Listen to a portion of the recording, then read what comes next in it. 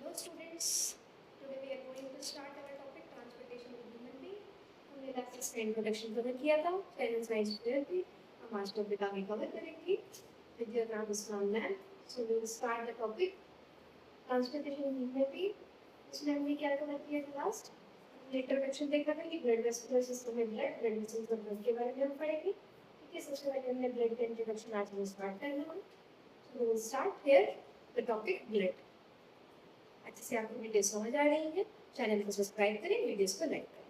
So here the topic is blood. Blood is the fluid connective tissue. It is red stiffened viscous fluid. ये fluid connective tissue है, red colour का fluid होता है और इसमें main parts क्या मिलेंगे आपको? Blood plasma, blood corpuscles, blood cells मिलेंगे. ब्लड हमारे पास ब्लड प्लाज्मा में क्या होता है? 90% इसमें वाटर है, 10% क्या मिलेंगे? प्रोटीन्स और अदर मटेरियल्स. प्रोटीन की सब टाइप्स हैं, कुछ उनके फंक्शन भी एनाटॉमिक, न्यूरोमोलिकुलर, फिजियोलॉजिकल. सीबीएसई में थोड़ा सा इंपॉर्टेंट लगता है ये टॉपिक, स्पेसिफिकली बिल्कुल इंपॉर्टेंट नहीं है.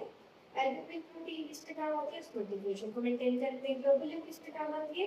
हमारे पास एंटीबॉडीज बनाने में. फिब्रिनोजन किसके काम आती है? कोएगुलेशन, मतलब ब्लड को कोएगुलेट करने में.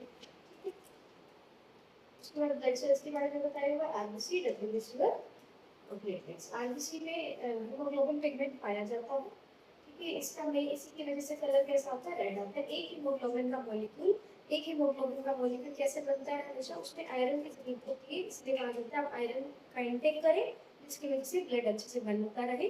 और दूसरी बात, एक हीमोग्लोबिन कितने ऑक्सीजन के मॉलिक्यूल्स को कैरी करता है? रेस्पिरेशन के लिए इंपॉर्टेंट है ये. एक हीमोग्लोबिन का मॉलिक्यूल 4 मॉलिक्यूल ऑक्सीजन की कैरी करता है. ठीक है, तो आरबीसी कहाँ प्रोड्यूस होता है ये भी आपको याद रखना है कि बोन के आखिरी में एक टिश्यू प्रेजेंट होता है. हमारी हड्डियों के आखिरी में एक टिश्यू प्रेजेंट होता है, उसे कहते हैं बोन मैरो. ठीक है, तो वो बोन मैरो टिश्यू में ही क्या बनती है? आरबीसी, रेड ब्लड सेल्स बनती हैं. ठीक है, एम्ब्रियो में कहाँ बनते हैं? लिवर और स्प्लीन में बनते हैं. और इनका ग्रेवयार्ड भी क्या है? लिवर और स्प्लीन है. मतलब 120 दिन का इनका लाइफ स्पैन है. 120 दिन के बाद एक सेल डिस्ट्रॉय हो जाता है, तो उसके बाद जो इसका डिस्ट्रॉय कहाँ पे हो जाता है? स्प्लीन में. इसलिए स्प्लीन को ग्रेवयार्ड ऑफ आरबीसी कहा जाता है. व्हाइट ब्लड सेल्स को आगे फर्दर कैटेगराइज किया गया है. तो मेन फंक्शन आपको याद रखना है ग्रैन्युलोसाइट्स, उनके जो फंक्शन है. ठीक है, ग्रैन्युलोसाइट्स को कैटेगराइज करेंगे तो इज़ोनोफिल्स, बेसोफिल्स और न्यूट्रोफिल्स ये सेल्स हैं. ठीक है, इन सेल्स के फंक्शन क्या है? इज़ोनोफिल्स काम करता है हमारी एनर्जी क्रिएशंस में. बेसोफिल्स काम करता है हेपेरिक, जो ब्लड को कोएगुलेट होने से रोकेगा. न्यूट्रोफिल्स वो काम करता है जहाँ पर उसको एंटीजन एंगल फॉर्मिंग पार्टिकल्स, मतलब बाहर से जो जर्म्स आ रहे हैं उसको रोका जाएगा. ठीक है, अगर एंटीसाइड लिम्फोसाइट्स और मोनोसाइट. लिम्फोसाइट्स में एंटीबॉडीज बनाते हैं, जैसे कि एंटीबॉडीज बाहर से जो एंटी पैथोजेंस आ रहे हैं उन्हें कहते हैं एंटीजन. ठीक है, एंटीजन से कौन फाइट करेगी? हमारी बॉडी का इम्यून सिस्टम. एंटीबॉडी, तो एंटीबॉडी कैसे बनेगी? लिम्फोसाइट्स से. ठीक है, मोनोसाइट्स में काम क्या होता है? सारे जर्म्स को इंजेस्ट करते हैं, जर्म्स को खाना. प्लेटलेट्स में काम रहेगा ब्लड कोएगुलेशन. जैसे कि आपने क्लास 7 में क्वेश्चन भी पढ़ा होगा, if the platelets will be not there, what will happen? Blood will not flow and the person will die if the injury happens. अगर कोई इंजरी होगी, ब्लड लॉस ज़्यादा होगा और वेल तो बॉडी है मर जाएगी, क्योंकि ब्लड वालों को बेहतर है कोएगुलेट नहीं होगा, जमेगा नहीं, रुकेगा नहीं.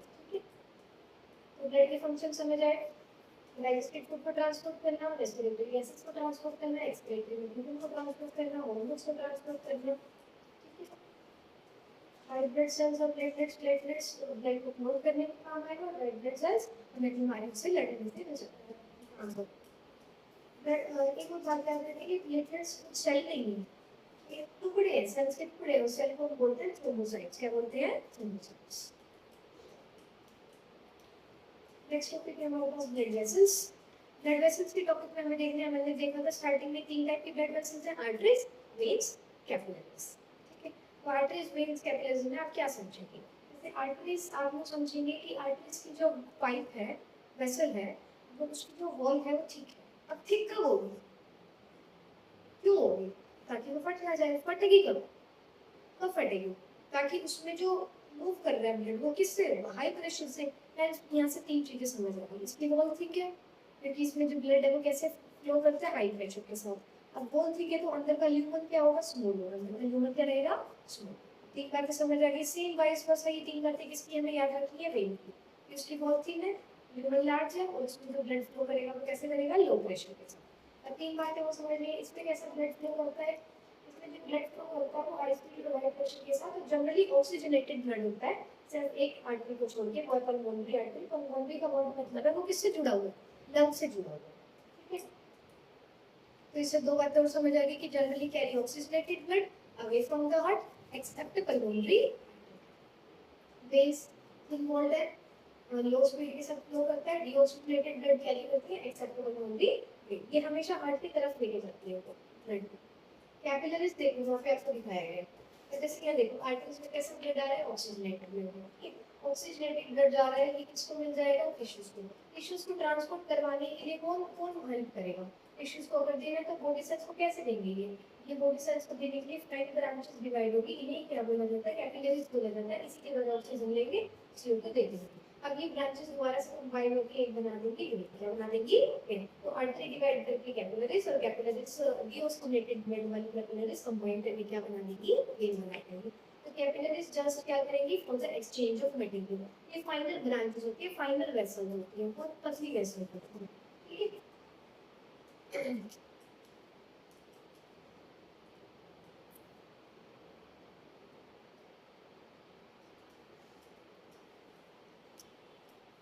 नेक्स्ट हमारे पास हार्ट, हार्ट के बारे में समझेंगे। स्ट्रक्चर ऑफ हार्ट में क्या है, ध्यान से समझिए, हार्ट में 4 चैम्बर्स हैं, कितने चैम्बर्स हैं, 4, ठीक है। जैसे आप देखेंगे इस साइड के चैम्बर्स क्या कहलाएंगे, हमारे लेफ्ट चैम्बर, इस साइड के चैम्बर्स क्या कहलाएंगे, राइट चैम्बर्स, ठीक है। अब जो चैम्बर्स है 4 है, ऊपर के चैम्बर्स को हम कहते हैं एट्रियम, नीचे के चैम्बर्स को कहते हैं वेंट्रिकल्स, ठीक है। नीचे के चैम्बर्स की वॉल्स थिक होती है, क्यों, क्योंकि उसमें ब्लड को ट्रांसपोर्ट करना है सारी जगह हाई प्रेशर के साथ, तो इसीलिए वो थिक होती है, ठीक है, ताकि ब्लड हाई प्रेशर के साथ जा रहा है वो फट ना जाए, ठीक है।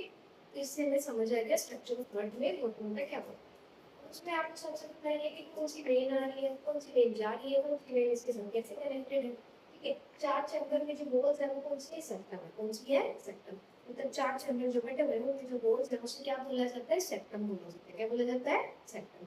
अब लेफ्ट साइड से लेफ्ट एट्रियम से लेफ्ट वेंट्रिकल में ब्लड जाएगा, कैसे जाएगा, बाइकस्पिड बॉल, और राइट साइड में कौन सी बॉल होगी, ट्राइकस्पिड, मतलब यहाँ लेफ्ट लेफ्ट, ये क्या करेंगे, जैसे ब्लड नीचे जाएगा ब्लड को वापस ऊपर ले जाने के बंद हो जाएगा, ठीक है। यहाँ पे कौन सा है, राइट, यहाँ पे कौन सा है, बाइकस्पिड, ठीक है।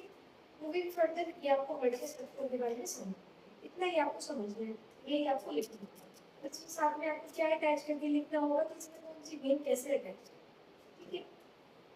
इसी से हमें समझ आएगा डबल सर्कुलेशन, जो हार्ट में ब्लड है वो कितनी बार सर्कुलेट होगा, एक बार लेफ्ट साइड एक बार राइट साइड, तो 2 टाइम सर्कुलेट होगा। इससे क्या होगा, ऑक्सीजनेटेड ब्लड अलग रहेगा, डीऑक्सीजनेटेड अलग रहेगा, मिक्स भी होगा ब्लड, जिससे एनर्जी ज्यादा बनेगी। हमें एनर्जी क्यों ज्यादा चाहिए, ताकि हम कैसे एनिमल्स हैं, होमिथॉन्स हैं, हमें अपने बॉडी का टेम्परेचर क्या रखना होता है, मेंटेन रखना होता है, मेंटेन रखने के लिए ही क्या होता है, हमें एनर्जी ज़्यादा चाहिए होती है, इसीलिए ऑक्सीडेटेड ब्लड और डीऑक्सीडेटेड ब्लड को अलग रखने के लिए कितने चैम्बर्स हैं, 4 चैम्बर्स हैं, ठीक है। और डबल सर्कुलेशन होता है, 2 बार सर्कुलेट होता है ब्लड हमारी बॉडी, ठीक है। तो वो कैसे आएगा, कैसे जाएगा, उनकी समझ working of human blood, working of human blood rhythmic contraction and expansion of the heart is called heart. एक बार उसका कॉन्ट्रैक्ट करना और रिलैक्स करने के लिए होता है, वेट करना होता है।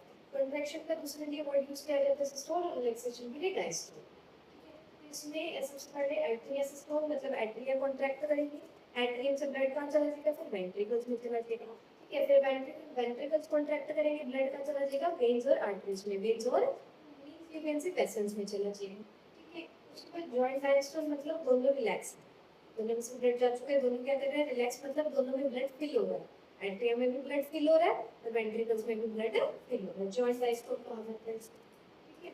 सबसे पहले हमें बताया गया ऑरिकल सिस्टोल के बारे में, एट्रियल सिस्टोल, डीऑक्सीजनेटेड ब्लड जाएगा एट्रियल से, आपको ध्यान रखना है राइट एट्रियम में कैसा ब्लड आएगा, डीऑक्सीजनेटेड, कैसा आएगा, डीऑक्सीजनेटेड, राइट एट्रियम से ब्लड जो डीऑक्सीजनेटेड है वो कहाँ जाएगा, राइट वेंट्रिकल में, कहाँ जाएगा, राइट वेंट्रिकल से फिर कहाँ जाएगा, हमारे पास लंग्स में, कहाँ जाएगा, लंग्स में, ठीक है। इसलिए ऑक्सीजनेशन के लिए फिर वेंट्रिकुलर सिस्टोल होगा, वेंट्रिकल पे मैंने आपको बताया वेंट्रिकल से ब्लड जाएगा कहाँ पे, लंग्स के पास, for the oxygenation purpose to the pulmonary line, ठीक है। उसके बाद जॉइंट डायस्टोल के बारे में बताया हुआ है, इसमें चारों चैम्बर रिलैक्स करते हैं और ब्लड फिल होता है, ठीक है। राइट ऑरिकल्स को तो मैंने कहा, राइट एट्रिकल्स फिल होते हैं, मैंने कहा कि बड़ा, और लेफ्ट एट्रिकल्स फिल होते हैं थ्रू द पल्मोनरी वेन के द्वारा, पल्मोनरी वेन के द्वारा ऑक्सीजनेटेड ब्लड लंग्स से आएगा, पल्मोनरी वेन के द्वारा हार्ट के पास आएगा, और क्या कहलाते हैं, लेफ्ट एट्रियम के, अब आपको जब hearts in different vertebrae, heart सबको अलग अलग वर्टिब्रे में बताया हुआ है। सबसे पहले वर्टिब्रे की डेप्थ ये लिखनी होगी 70 to 72 वर्टिब्रेट्स होगी पर मिनट में, ठीक। और पूरी बॉडी में ऑक्सीजनेटेड ब्लड कैसे ट्रांसपोर्ट होगा वो द्वारा। हार्ट इन डिफरेंट वर्टिब्रे, दो चैम्बर का हार्ट होता है फिश में, लंग्स फिश लीगल्स और रेप्टाइल्स में, क्रोकोडाइल्स को छोड़ के इसमें चैम्बर का होता है, थ्री चैम्बर का, दो वेंट्रिकल्स और वन वेंट्रिकल होता है। क्रोकोडाइल बर्ड्स और मैमल्स में कैसा ब्लड होता है हमारे पास, क्रोकोडाइल बर्ड्स और मैमल्स में कैसा ब्लड होता है, कैसा हार्ट होता है, फोर चैम्बर का हार्ट होता है, डबल सर्कुलेशन। डबल सर्कुलेशन को आपको रिलेटेड दोबारा समझाया जाएगा, इसलिए आप यहाँ इस डायग्राम को बहुत अच्छे से समझ लेंगे। और मल्टी सर्कुलेशन मतलब लंग्स से जुड़ा हुआ है, सिस्टमैटिक सर्कुलेशन मतलब वो जो है बॉडी पार्ट्स, बॉडी टिश्यू से जुड़ा हुआ है, ठीक है। ये इसका मतलब है, यहाँ पे लिखा है it is the movement of deoxygenated blood away from the heart, and it is the movement of oxygenated blood from the heart towards the body parts and return to the deoxygenated blood back to the heart। तो ये हम जैसे समझेंगे यहाँ पे आपको लिखा है ये डायग्राम डबल सर्कुलेशन का, इसको आप अच्छे से समझिए। हार्ट का डायग्राम और डबल सर्कुलेशन का डायग्राम रिपीटेड डायग्राम है, सीबीएसई बोर्ड में भी, एचबीएसई बोर्ड में। तो यहाँ पे आपको जैसे बताया गया ये लंग्स है, यहाँ से ऑक्सीजनेटेड ब्लड जा रहा है और वेंट्री वेन के द्वारा वहाँ पे लेफ्ट एट्रियम, लेफ्ट एट्रियम से लेफ्ट वेंट्रिकल में, तो एट्रियम क्या करेंगे कॉन्ट्रैक्ट करेंगे। अब वेंट्रिकल्स में आ गया ब्लड, वेंट्रिकल से कहाँ जाएगा और बड़ी आर्टरी होते हैं, लार्जेस्ट आर्टरी सेगमेंट भी ऑर्गन, इसके द्वारा जाएगा हमारे पास कैपिलरीज और बॉडी टिश्यू, ठीक है, ये बॉडी टिश्यू की तरफ। उसके बाद बॉडी टिश्यू से डीऑक्सीजनेटेड ब्लड कहोगे तो आएगा राइट एंगल में, इसके द्वारा आएगा वेन कहोगा बॉडी तरफ, इसे वेन बोलते हैं, लार्जेस्ट वेन बोलते हैं, आपको ठीक है। तो राइट एट्रियम से राइट वेंट्रिकल में, राइट वेंट्रिकल से तो जाएगा हमारे पास लंग्स के पास चला जाएगा फॉर द ऑक्सीजनेशन पर्पस। ये डायग्राम आपको अच्छे से आना क्लियर है। Looking for the last topic है हमारा blood pressure. Blood pressure is exerted by the blood of the bones of the muscles, कि जो प्रेशर एक्सर्ट होता है ब्लड के बोन्स पर, दीवारों पर ब्लड के द्वारा, वही ब्लड प्रेशर कहलाता है। वो सिस्टोल के समय भी होगा, डायस्टोल के समय भी होगा, है ना, कॉन्ट्रैक्शन के समय भी होगा और रिलैक्सेशन के समय भी होगा। तो सिस्टोलिक प्रेशर ज्यादा होगा, कॉन्ट्रैक्ट करने का कितना होगा 120, इसकी यूनिट क्या होगी MM of Hg, unit of mercury, ये कितना हाई मर्क्यूरी का राइज होता है, ठीक है। और ब्लड प्रेशर मेजर करने के लिए कौन सा डिवाइस होता है, स्फगेनोमीटर होता है। और ड्यूरिंग डायस्टोल जो प्रेशर रहेगा वो क्या होगा हमारे पास 80 mm ऑफ एक्शन, ठीक है, 80 mm ऑफ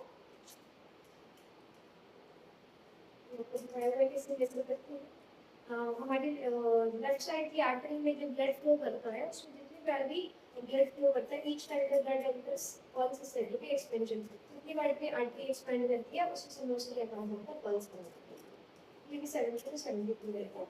नेक्स्ट है हमारे पास लिम्फेटिक सिस्टम।